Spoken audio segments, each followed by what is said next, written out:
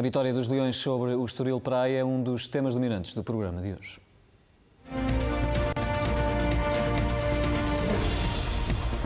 No pós-Champions, o Sporting venceu o Estoril por 3-0 com golos de Pedro Gonçalves, Mateus Reis e Pablo Sarabia. Os Leões retribuíram aos adeptos o enorme apoio no final do jogo com o Manchester City. O campeão não desarma no ataque ao primeiro lugar e na luta pela revalidação da conquista do título nacional.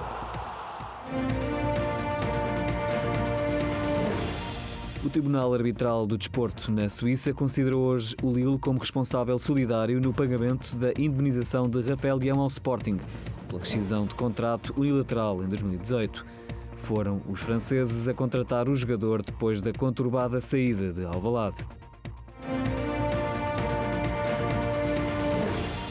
Está aí à porta o grande debate das eleições do Sporting 2022. Esta quarta-feira, às 21h30, a Sporting TV vai transmitir em direto, a partir do Museu Sporting, a primeira troca de argumentos entre os 3 candidatos oficiais ao ato eleitoral do dia 5 de março.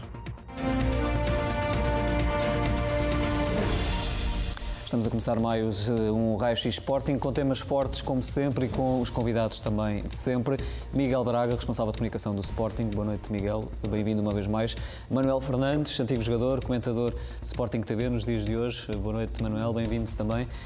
Aqui nos nossos estúdios da Sporting TV, o Pedro Azevedo, antigo árbitro. Boa noite, Pedro. Bem-vindo também ao Raio-X.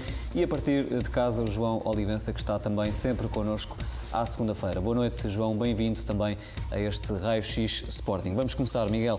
O Tribunal Arbitral do Desporto, como vimos, anunciou hoje que o Lille é também responsável pelo pagamento da indemnização de Rafael Leão. Estas decisões, a pergunta, acontecem apenas porque o Sporting, no fundo, foi intransigente na defesa dos seus interesses, nunca deixou e acreditou sempre, no fundo, neste desfecho.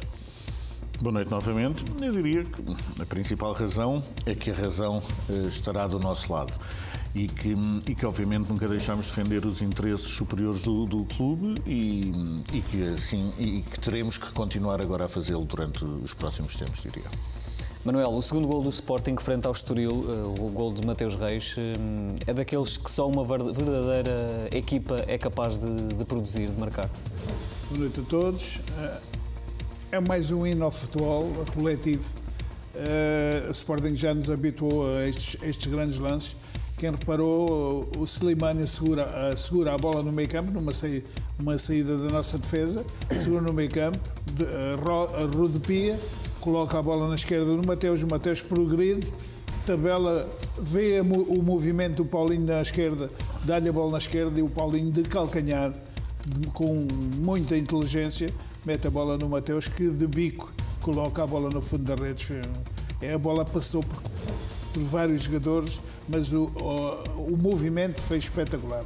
E já lá vamos também voltar a esse golo. João Olivença, o Sporting, com estes 3 golos, já bateu o registro de golos marcados no mesmo período, ou seja, em 23 jornadas da época passada, passa a ter 46, portanto ultrapassou esse registro, é também um recorde dos últimos 4 anos. E eu pergunto se, apesar da identidade ser a mesma da época passada, este Sporting é uma equipa diferente, mais forte. Boa noite. É uma equipa diferente, mais forte, apesar do nível pontual nós não termos os mesmos pontos, mas somos muito mais equilibrados defensivo e ofensivamente. Falavas aí do segundo gol. O primeiro gol do Sporting agora que nós marcámos contra o Estoril foi um gol muito similar ao do Futebol do Porto. Tivemos cerca de 15 passes, cerca de 50 segundos de posse de bola de circulação que culminaram num gol. Portanto, isto é o trabalho que tem sido desenvolvido pelo Sporting e que nós estamos claramente melhores, mas obviamente não jogamos sozinhos e temos adversários. Mas sinto-me muito mais confortável pela forma do Sporting jogar este ano do que aquela que jogávamos no ano passado. Pedro Azevedo, mais uma jornada, mais casos de arbitragem, mais intervenções do vídeo-árbitro e eu pergunto se as intervenções do VAR nas últimas semanas têm sido marcadas pela coerência e também pelo critério. Tem existido coerência e critério neste tipo de decisões? Boa noite, André. Eu diria que, em termos gerais, temos tido muitas intervenções acertadas, também algumas injustificadas. O VAR tem que ser utilizado para erros claros e óbvios. São lances que, com 2 ou 3 visualizações, facilmente se percebe se existiu erro ou não. Não pode servir para andar à procura do erro nos lances, como assistimos ainda esta semana.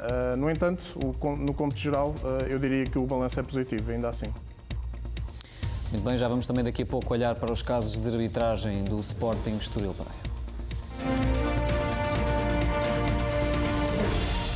Vamos aos lances capitais desta partida, marcada por mais uma vitória do Sporting, mais 3 golos marcados pelos Leões, neste triunfo sobre o Estoril Praia.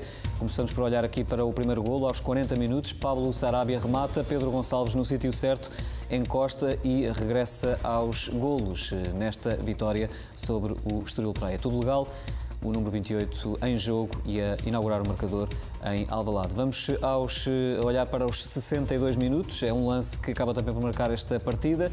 Entrada dura de Raul Silva sobre Pedro Porro. Vemos aqui Hélder Malheiro a visionar o lance, acabou por expulsar o central que tinha entrado pouco tempo antes nesta partida. Depois desta expulsão, o Sporting marca mais 2 golos. Domínio total do início ao fim, naturalmente que se avolumou com esta decisão e com a saída do central dos Canarinhos. Aqui temos o tal grande gol que falava o Manuel Fernandes, a combinação entre Mateus Reis e Paulinho, toque de calcanhar do avançado, a finalização do lateral, defesa que continua a ser preponderante lá atrás, mas também lá à frente. Marcou o segundo golo com a camisola do Sporting. Vamos para o terceiro, é o golo da noite. Candidato a um dos melhores da jornada, acredito, Pablo Sarabia, grande gesto do Internacional espanhol.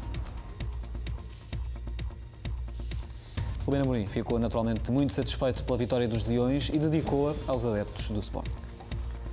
Principalmente um grande mérito não dar qualquer oportunidade ao Estoril, o que nos permite usar todo o tempo do jogo para fazer um golo. E fazendo um golo torna-se tudo mais fácil e foi isso que aconteceu.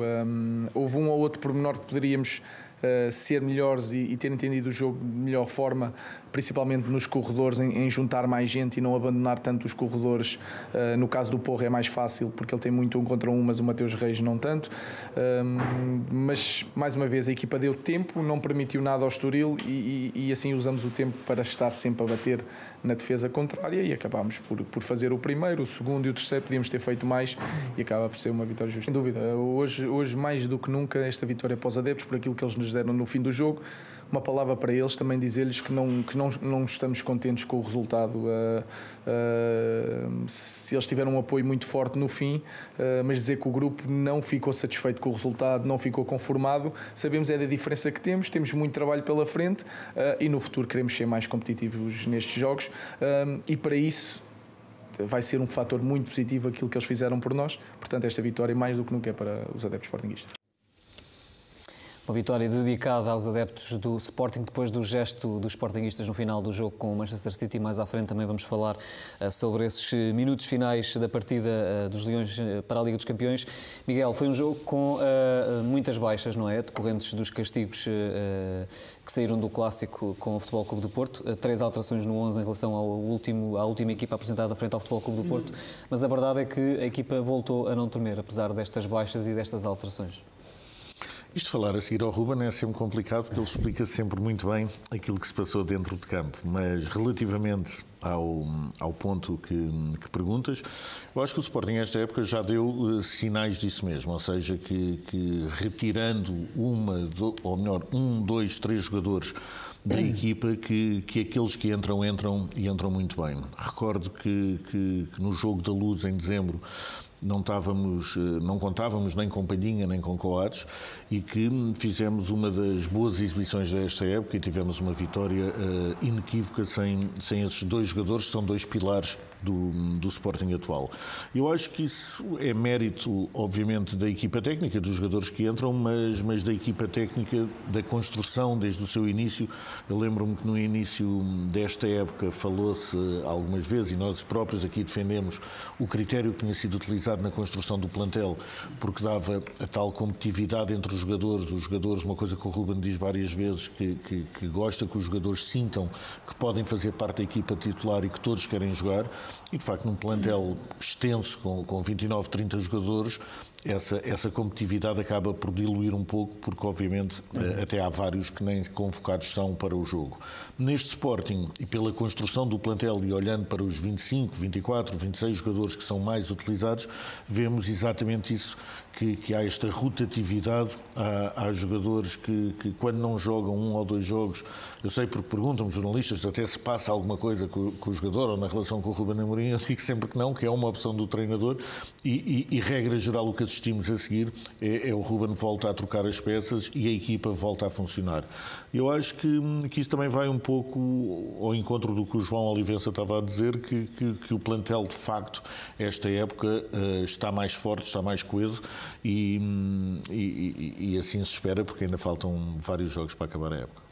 Manuel, também notou isso, ou seja, apesar destas alterações as peças mudaram, mas a equipa não se ressentiu. Mesmo a intensidade, domínio total do início ao fim, o Manuel Ugarte tem uma vez mais com uma grande exibição, os outros jogadores também. Eu acho que o Ruben está este ano a fazer aquilo que prometeu o ano passado, reforçar a equipa nos mais diversos setores e contratar 2 ou 3 jogadores polivalentes que podem fazer duas ou 3 posições em função da exigência dele. E, portanto, eu acho que o Sporting este ano está mais consistente, é evidente que tem menos pontos, mas está mais consistente, está a jogar mais seguro. O Sporting é uma equipa com um modelo de jogo muito assumido já por todos os jogadores. Ainda neste último jogo viu-se Daniel Bargança já não jogava há uns jogos. Entrou, fez ali coisas maravilhosas, delicia ver às vezes aquele miúdo jogar. E outros jogadores que também, Nuno Santos já fez um gol no último jogo nas Antas, ficou de fora. Portanto, são jogadores, o Ruben é um treinador que confia em todos os seus jogadores. E mais que confiar nos jogadores, os jogadores aceitam as decisões dele nesse aspecto, porque se calhar em muitos locais não se aceita, mas o Ruben consegue conduzir o grupo de uma forma excelente e eu penso que esse para além da qualidade dos jogadores e da forma como o Sporting joga coletivamente, é a equipa que joga melhor coletivamente, é a equipa que tem mais consciência no jogo, é a equipa que tem um modelo adquirido e pratica em todos os jogos, uns com maior ou menor, o nível exibicional pode variar. É a equipa com mais ideias. Com mais ideias de jogo, não tenho dúvidas nenhumas, e portanto eu acho que o Sporting está no bom caminho e recomenda-se porque se analisarmos que o Sporting no ano passado foi campeão e normalmente o Sporting a seguir a ser campeão, nesta altura, antes de Natal já estava fora do título e o Sporting está a lutar pelo título ainda a 11 jornadas do fim. Portanto, é este Sporting que nós queremos no futuro, é isto que o Ruben Amorim também quer e é isto que a estrutura do Sporting também quer. João Olivença, foi uma equipa dominadora que não consentiu oportunidades de golo ao Estoril Praia, também com lances de grande nota artística, como vimos na segunda parte. Foi um bom jogo por parte do Sporting ontem? Olha, eu acho que foi um extraordinário jogo por parte do Sporting e eu tive a oportunidade de já o rever hoje, já por 2 vezes, e inclusivamente agora antes de nós fazermos o programa, estava a rever o jogo e acabei por ver a segunda parte novamente. E deu uma sensação clara, depois da análise que eu fiz e dos lances que depois vou mostrar mais à frente, que o Sporting claramente esteve por cima do jogo, condicionando a equipa adversária, não deixando a equipa adversária jogar, criar, aparecer em zonas de finalização, e depois um posicionamento muito ofensivo e uma equipa unida, uma equipa a esforçar-se imenso por dar também aos seus adeptos aqui algum ânimo depois do último jogo. Portanto, nós não podemos esquecer que esta exibição do Sporting vem no seguimento de uma competição europeia e nós sabemos também que a seguir às competições europeias é natural e normal que as equipas tenham um decréscimo de qualidade ou que tirem um bocadinho o pé do acelerador. Não foi o caso do Sporting. O Sporting manteve o pé no acelerador desde o início ao fim do jogo. Este primeiro gol que estamos a ver vem precedido, como eu disse, de 15 passos e cerca de 50 segundos de posse de bola e circulação. É um gol extraordinário que se calhar os adeptos do Sporting não repararam no quantidade de tempo que o Sporting teve a bola, nem de quantidade de passos. A bola só não passou por um jogador do Sporting, de resto passou por todos os jogadores do Sporting e deu em golo. Portanto, este é um bom exemplo e os outros 2 golos são extraordinários. Eu acho que não é uma questão de chip, apesar de entender o que se pretende. Eu acho que é mais uma lógica que já existe há muito tempo no Sporting, que é enfrentar cada jogo para vencer, enfrentar da melhor forma, enfrentar de forma coletiva, e às vezes temos percalços. Mas os percalços servem precisamente para isto, para que no jogo seguinte a equipa reconheça aquilo que não foi tão bem feito e que depois acabe novamente por ter um comportamento diferente. E ofensivamente foi muito boa a equipa do Sporting, não deixou jogar. Obviamente que esta expulsão, e bem expulso o jogador, que acabou por condicionar, mas a realidade é que até ali o Sporting já tinha criado oportunidades suficientes para fazer gol. Portanto, vamos ver, eu vou explicar mais à frente. Houve aqui uma introdução de um jogador que veio dar aqui uma dinâmica diferente ao ataque e veio desbloquear aqui uma outra situação, e o Sporting fez com alguma facilidade os 2 golos, mas esta imagem que acabámos de ver agora do Sarabia poderia ter ainda, já com 0 na segunda parte, poderíamos ter feito ainda um golo ainda com 11 jogadores da equipa adversária. Portanto, várias oportunidades, bem ofensivamente, bem defensivamente, uma belíssima exibição. Não são 2 golos de gala, para mim são 3 golos, porque o primeiro golo, quem tiver a oportunidade de ver, são muitos passos, é uma grande circulação, é muito bem feito pelo Sporting, e eu acho que é uma exibição que espelha bem aquilo que o Sporting tem sido este campeonato, e eu acho que concordo com o Manel, é claramente a equipa que joga melhor, pelo menos no meu entender, a mais completa até agora. Estamos aqui a ver, Miguel, o golo de Mateus Reis, ele que voltou a marcar. E a propósito da exibição dele, ele foi considerado o melhor jogador em campo. Eu pergunto-te se não acaba por ser um caso de estudo no universo Sporting, ou se calhar até mais do que isso, não acaba por ser um exemplo, no sentido em que é um jogador que chega e que gera algumas dúvidas, porque não chega na melhor forma, esteve na primeira metade da época sem competir, a treinar à parte, e hoje, entretanto, é um jogador absolutamente imprescindível e é também considerado um dos melhores defesas atualmente na Liga Portuguesa.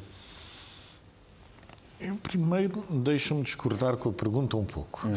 Ou seja, eu acho que o Mateus foi mais um caso de dúvida fora do Sporting do que dentro do Sporting, porque os nossos adeptos e os nossos sócios e adeptos têm essa particularidade, e acho que isso tem sido demonstrado ao longo desta época, de acreditar nos jogadores e acreditar na equipa.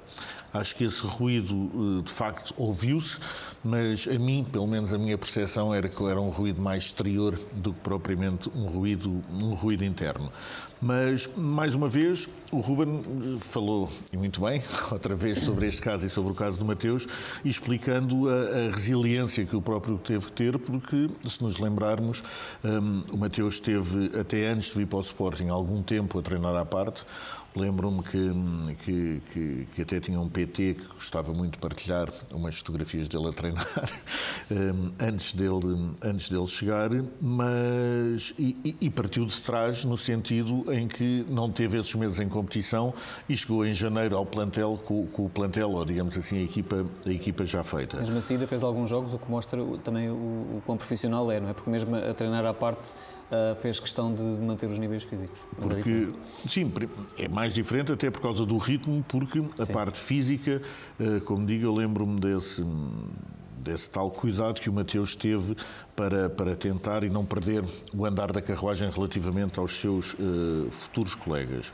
E acho que tudo o que aconteceu e que tem acontecido ao Mateus a seguir deve-se muito a ele, no sentido em que é alguém que percebeu aonde tinha chegado, o que é que tinha a fazer e segue, diria que piamente, aquilo que lhe é aconselhado pela equipa técnica, com resultados, diria, que estão à vista de todos, e é sempre engraçado, eu gosto sempre de ver a forma como os jogadores comemoram e a alegria dos seus colegas, etc.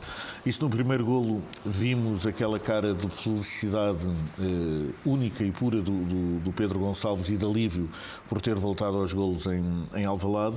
Na segunda também vê-se muito rapidamente a equipa a ter com o Mateus, já não da forma quase violenta como foi ter quando ele se estreou a marcar no primeiro golo, que lhe levou ali muitos calduços, mas desta vez com alegria pura, porque se percebe, eu diria que há essa consciência que o Mateus tem essa capacidade de trabalho e de facto deu a volta por cima. Não era um jogador que aparentemente e de fora fossem criadas essas expectativas de ser um jogador titular, etc, mas para estar no plantel do Sporting é que tem que ter qualidade para o ser, e ele tem demonstrado isso, diria que diariamente, e é graças a esse trabalho diário que ele faz que convence a equipa técnica a apostar nele. Pablo Sarabia, também um caso cada vez mais sério nesta equipa e neste campeonato. Está a ter um início de 2022 impressionante. Já foi decisivo na Taça da Liga, entretanto neste mês de fevereiro já com muitos gols e também muitas assistências, é um dos jogadores em melhor forma no ataque do Sporting.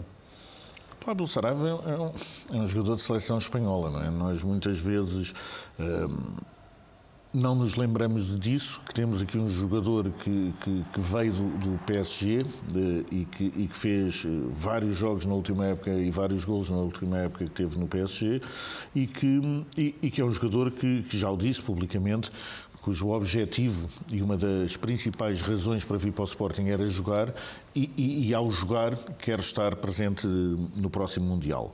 E acho que tem demonstrado a sua classe em campo, porque é dele o primeiro remate que dá a recarga ao Pedro Gonçalves e depois faz aquele terceiro golo onde no estádio se percebeu o que é que ele ia fazer, no sentido em que estava a armar o remate, que ia fazer o remate naquela direção, mas de facto é uma coisa tão intencional e tão bem feita que o guarda-redes bem se lançou, mas não teve hipótese de lá chegar. Foi um grande gol, de facto, aqui no estádio José Alvalade, a assinar este triunfo por 3-0. Tivemos Manuel Fernandes, um Sporting que, no fundo, aproveitou aqui o deslize de um dos rivais, o Benfica, que empatou, portanto, conseguiu recuperar os pontos que tinha perdido em relação ao Benfica. Pressionou o Futebol Clube do Porto, que jogou imediatamente a seguir. O Futebol Clube do Porto depois acabou por vencer no jogo, também teve alguns casos de arbitragem. Como é que viu essa arbitragem e também, no fundo, a resposta do Futebol Clube do Porto à vitória do Sporting? Eu quando ia... Eu saí de Alvalade para casa e ouvi o relato na primeira parte e vi o jogo na segunda. E o mais incrível que pareça é ridículo. Cada lance que havia perto da baliza... Eu depois vi a primeira parte e não vi nada disso. As pessoas que estavam a comentar numa rádio, cada lance era um penalti contra o Moreirense. Cada lance era falta contra o Moreirense. Eu nunca vi nada igual na minha vida. Sinceramente. E, portanto, depois cheguei, ao fim e ao cabo, o Porto fez o gol. E já agora que estamos a falar no Porto, eu queria falar... Há um amigo meu que me telefonou, muito preocupado, não sei... E não percebe nada de bola, esse meu amigo não percebe pouco ou nada de futebol. E disse para mim, está aqui um tipo qualquer a dizer mal tipo. Não te preocupes com isso, sabes que um javarde é sempre um javarde, nunca deixa de o ser. Portanto, não te preocupes com isso, nem sei quem é, mas nem me interessa também. Portanto, agora, falar disto do Porto, eu acho que na segunda parte, eu sinceramente, eu já não sei qual é o protocolo, como é que é o protocolo. Isto é tão confuso, porque o João Godinho, o Luís Godinho não apitou falta porque viu que não, ele estava ali em cima do lance e mandou seguir a jogada. E, portanto, e depois marca penalti. Ele, ao marcar penalti, tem que mostrar o cartão, o segundo amarelo ao jogador do Porto. E depois o VAR intervém para dizer aquilo. Que é uma falta anterior. Uma falta anterior. Eu não sei, sinceramente, se o VAR tinha algum. Umas vezes dizem que não tem, outras vezes dizem que tem. Portanto, arranjar um critério uniforme para que as pessoas não fiquem na dúvida. É porque estamos sempre todos na dúvida. Porque umas vezes acontece, outras vezes não acontece. E se repararam numa coisa, quando o jogador... Isto reparei eu, que isto é o olho de quem andou lá dentro. Isto reparei eu. O jogador apesar da falta, com o Fábio Cardoso, caiu no chão. E depois dá uma imagem de trás na televisão em que ele vai-se tentar levantar, mas quando vê que o jogador faz falta, ou o colega faz falta sobre o outro, mandou-se para o chão, ficou agarrado a... Isto é ridículo. Isto são coisas que se devia demonstrar. Portanto, e depois, lá está outra vez. Foi com o Sporting, foi agora o gol, mas isto é uma constante do Porto de confusões depois do jogo. É uma constante. Portanto, nunca são castigados por nada, nunca levam castigos. Foi agora, foi com o Portimonense, foi com... É quase sempre, por época, é umas 5 ou 6 vezes que há estas confusões. Principalmente quando não ganham com a facilidade que eles pensam que têm que ganhar. E, portanto, teve dificuldades ontem o Futebol Clube do Porto. Muitas dificuldades e na parte final eu acho que o Moreirense merecia chegar ao empate. O Sporting tem que traçar o seu caminho e não se preocupar com quem vai à frente. Afastar-se do segundo, porque afastando-se do segundo é sinal que ganha e logo se vê o que é que os outros fazem. Miguel, não sei se viste este Moreirense Futebol Clube do Porto.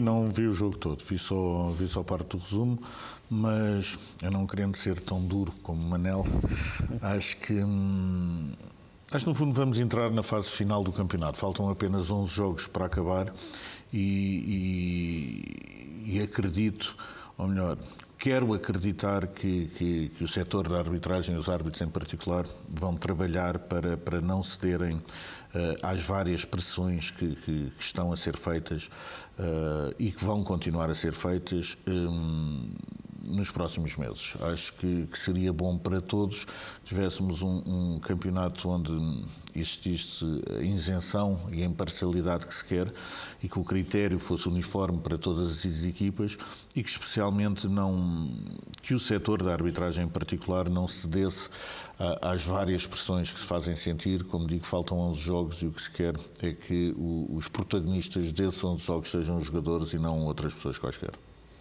João Olivença, e tu, daquilo que viste deste jogo do Moreirense Futebol Clube do Porto, ficaste com a sensação de alguma forma que terá acusado a vitória do Sporting, que não o acusou? Foi uma vitória, enfim, que, sobretudo nos minutos finais, com alguma dificuldade por parte do Futebol Clube do Porto. Que análise é que fazes? Foi de facto uma vitória um bocadinho tirada a ferros, o que é normal, como eu disse, a seguir a uma competição europeia, uma equipa tem sempre a dificuldade de depois no jogo seguinte ter o mesmo nível competitivo, nível mental, nível físico, as coisas não funcionam muito bem. O Sporting deu uma excelente resposta, o Futebol Clube do Porto não pareceu que tenha dado uma excelente resposta em jogo jogado. Portanto, faz parte daquilo que é a matriz geralmente deste tipo de competições. Agora, aquilo que me deixa mais entusiasmado é perceber que a equipa do Futebol Clube do Porto de alguma forma tem fragilidades e que de alguma forma a qualquer momento pode perder jogos ou pode empatar jogos. Isto 1-0 podia ter sido um igual, podia ter sido um 0-0, podia ter sido um 2-0, evidentemente, não podemos também tirar o mérito, mas a realidade é esta, é que sentimos que a equipa do Futebol Clube do Porto não é invencível e também sabemos que 6 pontos são os que nos separam do Futebol Clube do Porto, que em igualdade pontual ficaremos em primeiro lugar, caso exista essa possibilidade, e há muito campeonato ainda, já assistimos nos últimos 5, 6 anos equipas com 6 e 7 pontos de avanço, incluindo o Sporting, e que depois perderam essa liderança. Portanto, nós temos que estar focados no nosso objetivo e eu acho que este jogo do Futebol Clube do Porto e o jogo do Sporting é uma boa mostra daquilo que nós podemos esperar para o resto do campeonato. Portanto, considero que o Sporting ainda está claramente dentro do título e basta um resultado ou 2 menos positivos aqui do Futebol Clube do Porto, que vai ter jogos difíceis, como é evidente, para que tudo de alguma forma se complique e que o Sporting depois tenha a possibilidade de chegar ao título. É esta a mensagem que eu vi do jogo, foi com esta a ideia que eu fiquei, e a equipa do Futebol Clube do Porto também sangra, como se diz, também sofre e também tem dificuldades às vezes para vencer e às vezes poderá também não vencer até ao final do jogo, porque nós sabemos que há fases diferentes a cada momento do campeonato, principalmente na fase final, quando aperta, e agora sem esta grande perda de Luís Dias, vamos ver como é que se irá comportar. Portanto, é que esta é a mensagem que eu quero deixar aos sportinguistas, de esperança e de alguma tranquilidade, e também de perceber que o Sporting está bem, está forte, que não é um resultado que nos vai deixar deitar abaixo e que se calhar os adversários sentem a pressão de ver um Sporting tão forte a seguir um jogo europeu, o que não é normal a nível europeu, se nós vimos os resultados das principais equipas das principais ligas. Ainda sobre esta arbitragem de Luís Godinho, pergunto aqui ao Pedro Azevedo. Pedro, ainda no arranque deste programa falavas sobre o critério e a coerência nas decisões que têm vindo a ser tomadas pelo vídeo-árbitro, que normalmente, e é esse o princípio, tem que intervir quando falamos de situações claras, não é? E que muitas vezes escapam ao olhar do árbitro de campo. Pareceu-te que foi isso que aconteceu neste lance em particular, no tal penalti a favor do Moreirense, que depois é revertido? Sim, portanto, pelo que nos foi dado a perceber, numa fase inicial o VAR estava a analisar se a falta, o empurrão, teria sido dentro ou fora da área. Pelas imagens disponibilizadas, as imagens não parecem esclarecer se o empurrão foi dentro ou fora, portanto, por aí o VAR, ao chamar o árbitro, não ajudaria muito, portanto, teria que se aceitar a decisão do árbitro em campo como correta. Posteriormente, vai-se buscar então outro lance que antecede o empurrão, que também não é de fácil percepção, mesmo após 3, 4, 5 repetições. É necessário ver várias repetições de vários ângulos para se poder tomar então uma decisão. Portanto, era como referia inicialmente, é necessário haver critério e é necessário aplicar as intervenções do VAR em lances claros e óbvios, como define o protocolo. Já vamos regressar ao futebol daqui a pouco na análise a este Sporting 3, Estoril Praia 0. Posse de bola, controlo de jogo, oportunidades de golo e praticamente 0 ameaças concretizadas pelo Estoril. Mais à frente, João Olivença analisa taticamente a exibição do Sporting frente aos canarinhos. Agora sim vamos à arbitragem deste Sporting Estoril Praia.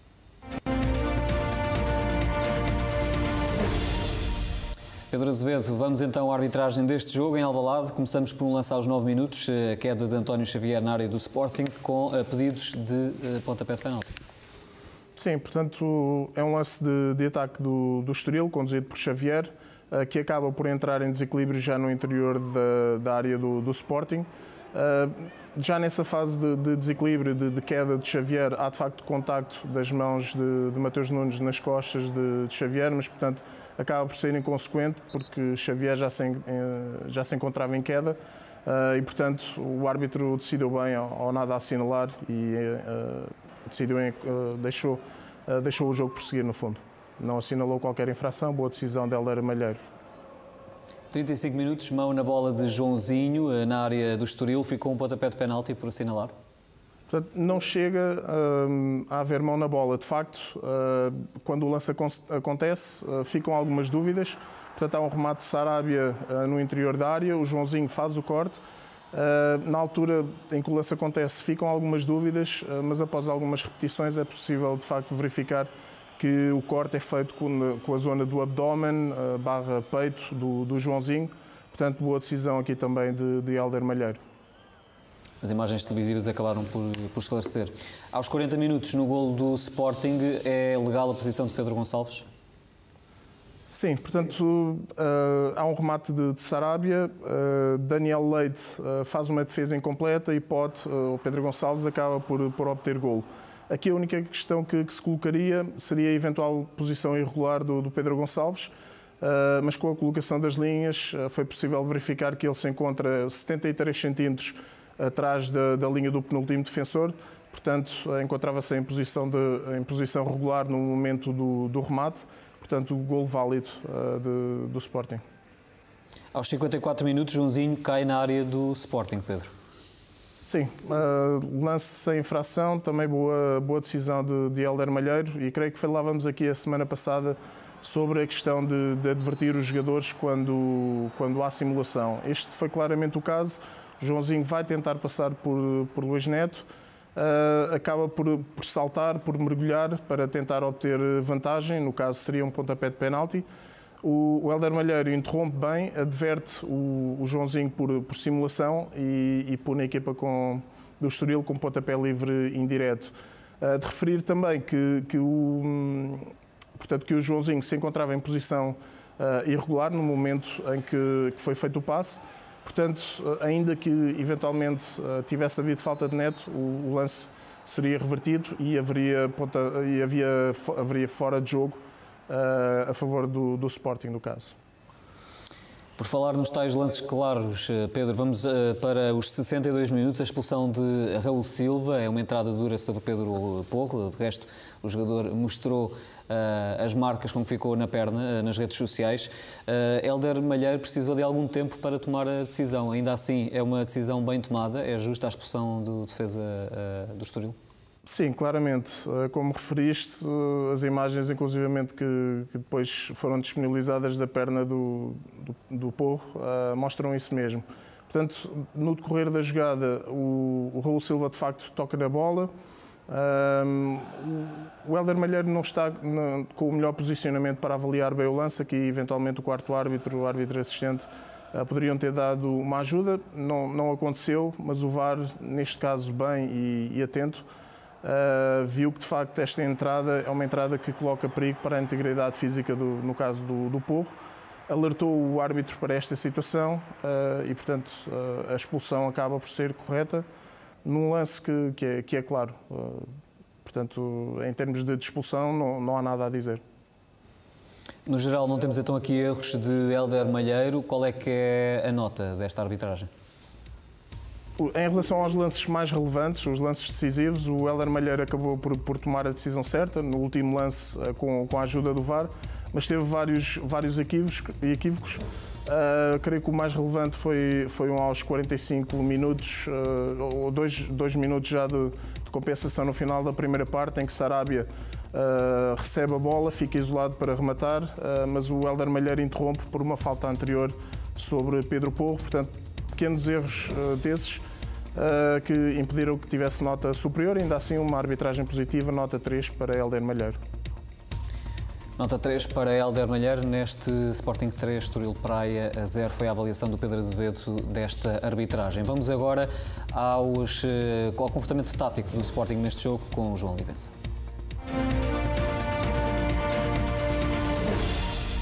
João, e esta noite vais-nos falar sobre a movimentação dos jogadores da frente de ataque do Sporting, que acaba por ajudar a explicar esta exibição e o resultado de 3-0.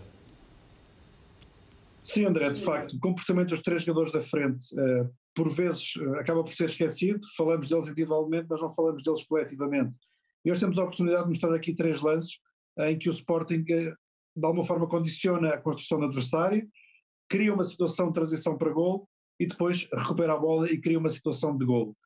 A curiosa desta situação é que o Sporting sempre nos três momentos acaba por ter em duas delas 2 situações de golo e depois uma delas que acaba por fazer uma circulação, como é habitual, de manutenção da posse de bola e de circulação. Destacar, na primeira imagem que nós temos, Paulinho Sarabia e Pedro Gonçalves a pressionar a equipa adversária, e vemos o movimento dos 3 jogadores. Eles simplesmente não param quietos, procurando a referência de marcação, imediatamente atacando o portador da bola, fechando linhas de passos mais próximas e permitir a recuperação. Pedro Gonçalves recupera imediatamente, os outros colegas da sua equipa acompanham, e nós vamos ver aqui a branco o Mateus Reis no lado esquerdo, o Mateus Nunes no meio, o Porro e o Mateus Nunes, o Garte e o Porro no lado direito. São imediatamente este o comportamento que o Sporting tem. Os 3 jogadores da frente fazem uma pressão muito assertiva, muito direta, como vemos, não deixando a equipa contrária de fazer a ligação do meio campo com o ataque, dificultando as suas ações, obrigando a bater na frente ou então obrigando a jogar no erro. Esta pressão feita pelos jogadores do Sporting é extraordinária. E imediatamente a seguir, recuperação de bola de Pedro Gonçalves, e é aqui que os 4 jogadores do Sporting que eu falei há pouco aparecem e vão dar suporte. O Garte a dar o suporte com médio de cobertura, Mateus Reis na linha, Mateus Nunes a dar um passe em ruptura e Porro no lado direito a dar um passe em largura. E é assim que o Sporting vai mantendo a posse da bola e vai reagrupando e vai novamente criando situações ofensivas de ataque. Na primeira parte mais difícil, mas obviamente na segunda parte mais fácil, porque o Sporting teve essa capacidade. De relembrar, eu não me canso de dizer isto, o gol do Sporting teve 15 passos, cerca de 50 segundos de posse de bola, o primeiro gol. É uma jogada fantástica por parte dos jogadores do Sporting, que começa inclusivamente com uma pressão a um jogador da equipa do Estoril, que a bola vai para o lançamento de linha lateral e sai em gol. Destacar também, como nota, porque nós sabemos que os números são importantes, antes da próxima imagem, destacar que, por exemplo, o Pablo Sarabia tem 12 golos, o Pedro Gonçalves tem 14 golos em todas as competições e o Paulinho tem 12 golos em todas as competições. Destacar também que estes são 38 golos que este tridente ofensivo tem. Destacar também que há 20 assistências associadas e vindas por estes 3 jogadores, o que combina nestes 3 jogadores da frente e só nestes 3, que além do trabalho ofensivo que faz e defensivo, como eu mostrei, dá um total de 58 golos diretos, em ação direta ou em golos em assistências, que estes jogadores são diretamente ligados com o sucesso do Sporting ofensivamente. Podemos juntar ainda Nuno Santos com 9 golos e 5 assistências e temos aqui um conjunto de jogadores que jogam na linha da frente com uma propensão ofensiva gigante. Mas a segunda imagem vai mostrar precisamente isto. O segundo lance que eu vou mostrar vai mostrar precisamente como o Sporting sai de uma situação de pressão e imediatamente Islam Slimani já participa no ataque. Vemos ali Islam, Slimani e Paulinho, e eu queria que tivessem atenção ao comportamento de Slimani, mas principalmente ao comportamento do Paulinho. Ele imediatamente faz um sprint quando vê que o Mateus Reis tem a bola, vai ocupar o lugar de ruptura para poder fazer o passe de calcanhar, e Mateus Reis finaliza. Na área estão 2 jogadores, Pablo Sarabia e Slimani, qualquer um dos dois prontos também para finalizar. Esta é mais uma jogada de envolvimento em que os jogadores estão a criar o Sporting pressionado, Slimani já a entender a dinâmica do Sporting, a recuar para receber, e Paulinho a perceber perfeitamente que não dá como apoio numa primeira fase, mas dá como ruptura. E esta desmarcação de Paulinho é fundamental para o gol do Sporting, não só pelo movimento, como pelo calcanhar. E depois, na área novamente, ou Slimani ou Sarabia, e nós temos aqui mais uma assistência de Paulinho, mais uma assistência de um dos 3 jogadores da frente, que faz as tais 58 golos diretos, ações diretas em golo, como nós falámos. E agora, a última imagem também espelha isso, espelha a capacidade que o Sporting tem de aparecer em zonas de finalização, e de Slimani, que foi um jogador que acabou por ter algumas críticas, porque dizia-se que era um jogador que não construía muito, era um jogador mais de ruptura, um jogador que não estava tão bem, que não pressionava tão bem. E aqui vemos Paulinho, Sarabia, Slimani, na mesma a pressionar os jogadores do Estoril, muita dificuldade a sair, fechar a linha de passe, movimento Paulinho de aproximação, e agora o Sporting recupera a bola e os 3 jogadores estão entre a linha média e a linha defensiva.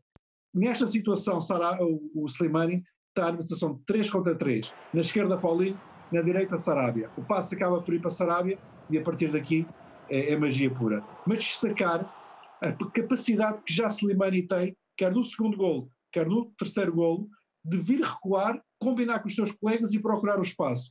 E nesta situação específica, de condicionar de tal forma a equipa adversária, mantendo-se na frente, não deixando que a equipa pudesse ligar com os seus médios, e depois o Sporting, recuperando a bola, tem sempre 3 jogadores na frente que podem de alguma forma criar desequilíbrios. Uma situação de 3 para 3, como vemos aqui na imagem, que acabou por ser decidida com um passe que eu creio que até era para Daniel Bragança, mas que Sarabia percebeu e a partir daí fez um grande golo, uma grande jogada, e o Sporting acaba por fazer assim uma belíssima exibição, com 3 golos muito bonitos, e aquilo que eu quis mostrar é que não só defensivamente a equipa se organiza bem, como ofensivamente contribui com muitos golos.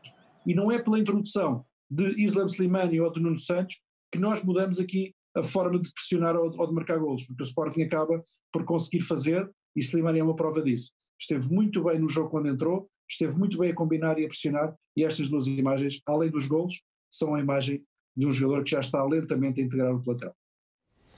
Futebol, espetáculo oferecido pelos jogadores do Sporting aos adeptos. Eles, de resto, pela voz do treinador, dedicaram este triunfo aos sportinguistas depois do grande momento que se viveu na passada terça-feira no estádio José Alvalade, nos instantes finais do jogo com o Manchester City. Foi um momento muito divulgado e difundido, não só em Portugal como também no resto do mundo. Os adeptos do Sporting, depois de uma derrota, fizeram questão de esperar pela equipa para ovacionar. Rubén Amorim disse que nunca tinha visto nada igual. Nunca tinha visto algo assim. Eu penso que as pessoas também têm noção das diferenças, têm noção que a equipa dá o máximo daquilo que estamos a fazer, do tempo que leva, e portanto isso foi tudo refletido nesses 3 minutos. Muito orgulhoso dos meus jogadores, porque a partir do terceiro golo passa a ser sofrimento e não futebol, e portanto estou muito orgulhoso deles e muito, muito orgulhoso dos nossos adeptos.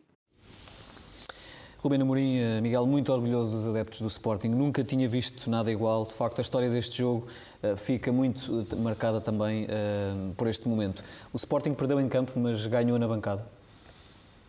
Sim, diria que a parte dentro de campo acho que vamos passar à frente. A de fora de campo foi de facto, enfim, foi um jogo que não nos corre bem, há uma diferença grande entre as equipas, acho que não tão grande para o resultado que acabou por se materializar, mas foi... É muito bonito, nós muitas vezes estamos a falar do desporto e da forma como se deve estar no desporto, etc. Mas sabemos muitas vezes também e vemos isso depois em comentadores, etc., que se critica às vezes a forma apaixonada com que os adeptos reagem aos desaires das suas equipas.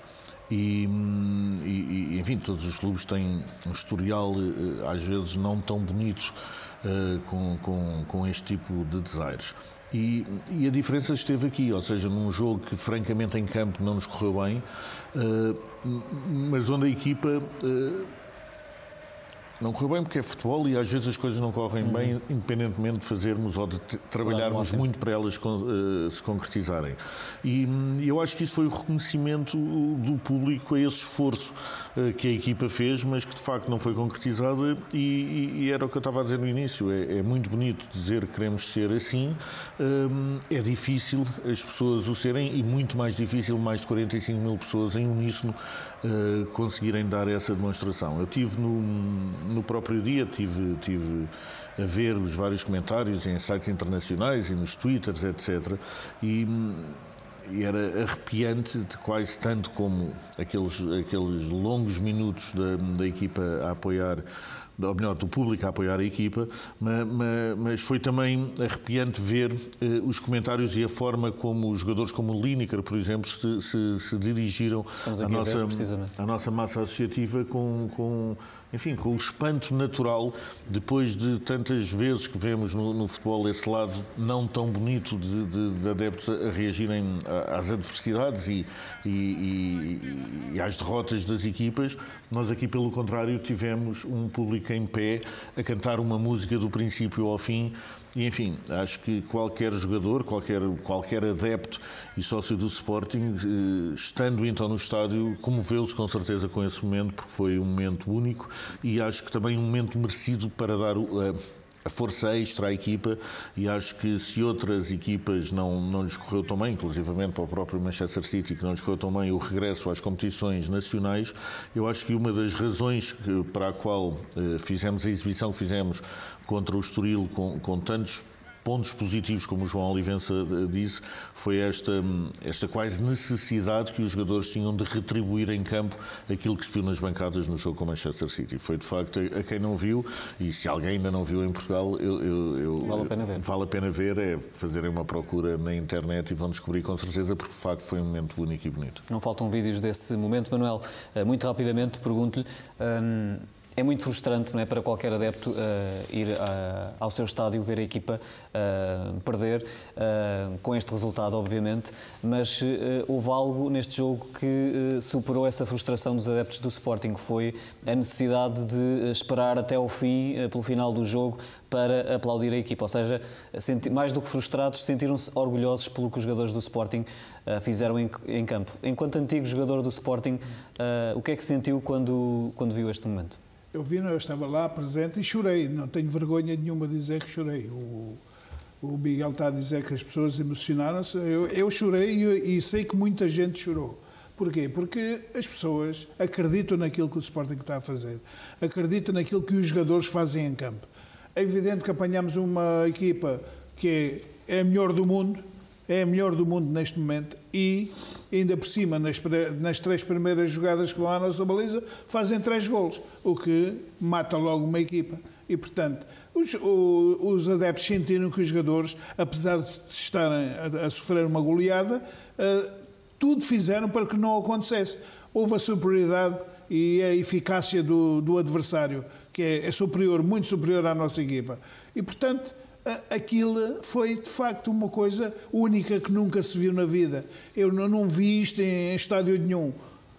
Já vou ao futebol há muitos anos, em todo lado, em toda a parte do mundo, e nunca vi nada disto. E, portanto, acho que esta exibição com o Estoril foi extraordinária para dar aos adeptos, pelo menos, esta alegria, porque eles mereciam uma vitória a seguir àquele jogo e por aquilo que fizeram. Muito bem, vamos avançar, Miguel, para outro tema. Como vimos logo no arranque deste programa, o Tribunal Arbitral do Desporto na Suíça considerou então que o Lille é responsável solidário pelo pagamento da indemnização ao Sporting por Rafael Leão. O que é que isto quer exatamente dizer? Então, podemos ir a vários pontos desta história e depois, se me faltar esclarecer alguns, eu pedia-te para me fazeres a pergunta em concreto, mas no fundo, indo por pontos, eu diria que a boa notícia, ou comecemos pelas boas notícias, é que foi o Taz a dizer que o Sporting tem razão relativamente a este caso. Além do mais, disse que deveria haver solidariedade do Lille e que esta é uma decisão final, ou seja, agora a FIFA ou outras entidades não poderão dizer que não há essa responsabilidade e, além do mais, é automática no sentido em que não vai depender de nenhuma prova sobre o incitamento do Lille relativamente à rescisão do Rafael Leão ou não, ou seja, não se vai ter que provar em tribunal se o Lille incentivou o jogador a fazer esse ato. Esta indemnização vai ter de ser paga, portanto, esta decisão está tomada. As indemnizações, regra geral, já são para ser.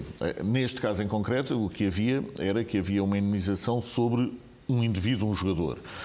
O que o Tribunal veio dizer é que há tal responsabilidade solidária e a responsabilidade solidária tem a ver com o credor, digamos, pode conseguir o seu dinheiro através de A ou através de B. Como as pessoas poderão compreender, é bastante mais fácil ou será bastante menos difícil conseguir-se que um clube faça esse pagamento do que um jogador ou uma pessoa individual, até pelos montantes indivíduos, os montantes devidos. A novidade, se quisermos, ou um dos pormenores desta decisão do TAS é que agora a FIFA terá que decidir, porque não o fez anteriormente, terá de decidir qual é a indemnização, ou seja, se é igual à que foi proferida no TAD relativamente ao Rafael Leão, ou se vai ser diferente. Eu diria que, por isso, a notícia menos boa é que nós vamos ter que esperar para saber qual o valor em causa.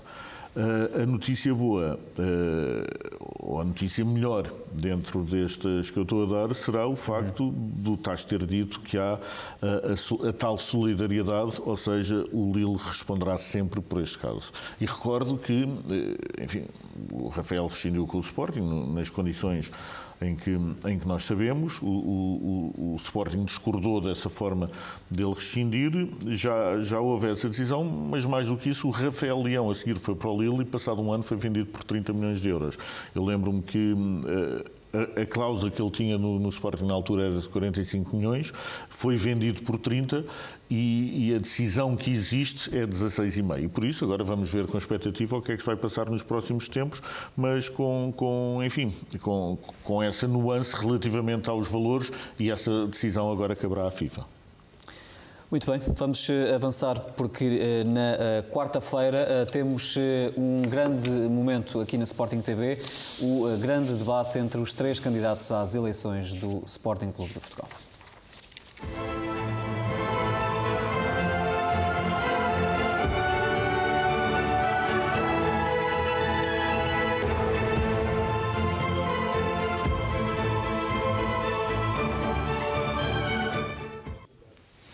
São então os candidatos às eleições do Sporting. Quarta-feira, o debate vai ser transmitido em direto aqui na Sporting TV a partir das 21h30. Miguel, expectativas para este debate?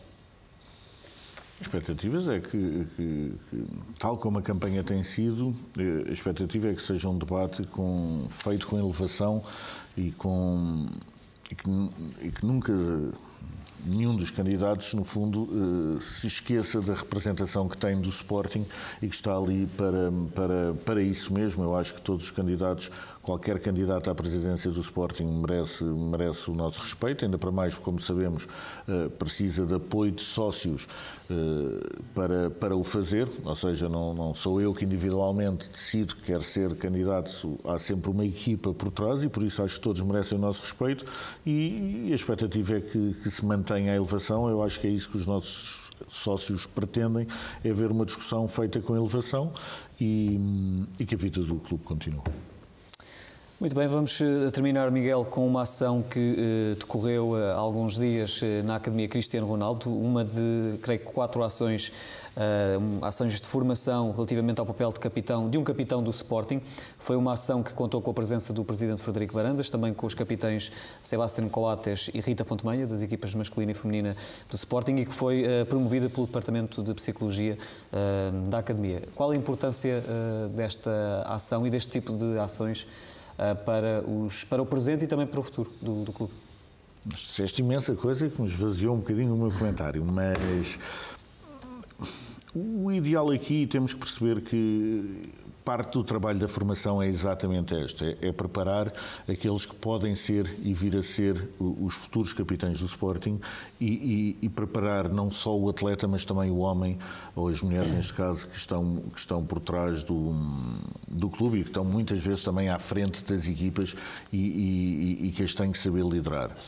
O trabalho que é feito é exatamente feito já desde uma idade jovem, é isso que faz no fundo a formação, tudo bate certo outra vez com aquilo que nós temos vindo a dizer do tal modelo centrado no jogador. Isto é mais uma vez centrado nos capitães do Sporting e nada como a partilha de conhecimento e de experiência pela voz do Coates e da Rita Fontemanha, que enfim, que não vale a pena eu estar aqui a descrever o que é que um e o outro representam para o clube e de facto para vários jogadores da formação e já jogadores com essa responsabilidade de saberem ou quererem um dia ser o capitão do Sporting. Estes trabalhos dirias que são essenciais para se promover a cultura leonina e para se promover aquilo que é e faz parte do ADN do Sporting. Eu, da apresentação de variadíssimas páginas que havia sobre este tema, eu retirei apenas uma porque acho que podemos partilhar aqui. Espero que o Miguel Sampaio não me leve a mal se eu partilhar pelo menos os 10 mandamentos do que é ser capitão do Sporting, porque acho que isto acaba por também explicar às pessoas, enfim, não vou estar a dizer os 10 e exaustivamente, mas para explicar às pessoas que o primeiro, e é isto que se tem que ensinar, que é a colocar sempre o Sporting em primeiro lugar, e o segundo é logo o saber ganhar. Ou seja, não é o ganhar a todo custo, não é o ganhar não olhando a meios para atingir os fins, é o segundo mandamento, é logo saber ganhar, e sendo que o primeiro é colocar o Sporting acima de tudo. Obviamente está lá a paixão, a superação, a raça, estão várias destas outras coisas, mas eu queria destacar estes dois especialmente, porque acho que é isso que demonstra e mostra a diferença do Sporting relativamente a outros clubes, e é isso que os nossos capitães têm que ser, no fundo. Ser alguém ser alguém que é um modelo para os mais jovens e alguém que sabe de facto estar em campo e ter uma atitude bastante diferenciada em campo, e acho que estamos, obviamente, pelo sucesso interno que a ação fez, acho que estamos no bom caminho e, como digo, acho que para os jogadores da formação é de facto um privilégio ter tanto a Rita como o Coates a falar na primeira pessoa e a explicar-lhes um bocadinho as sensações que já passaram como capitão do Sporting. Muito bem, é assim que terminamos este Raio-X Sporting com este exemplo. Obrigado, Miguel, também Manuel Fernandes, Pedro Azevedo e João Olivença pela vossa presença neste Raio-X Sporting. Uma vez mais, à segunda-feira, estaremos de regresso na próxima semana.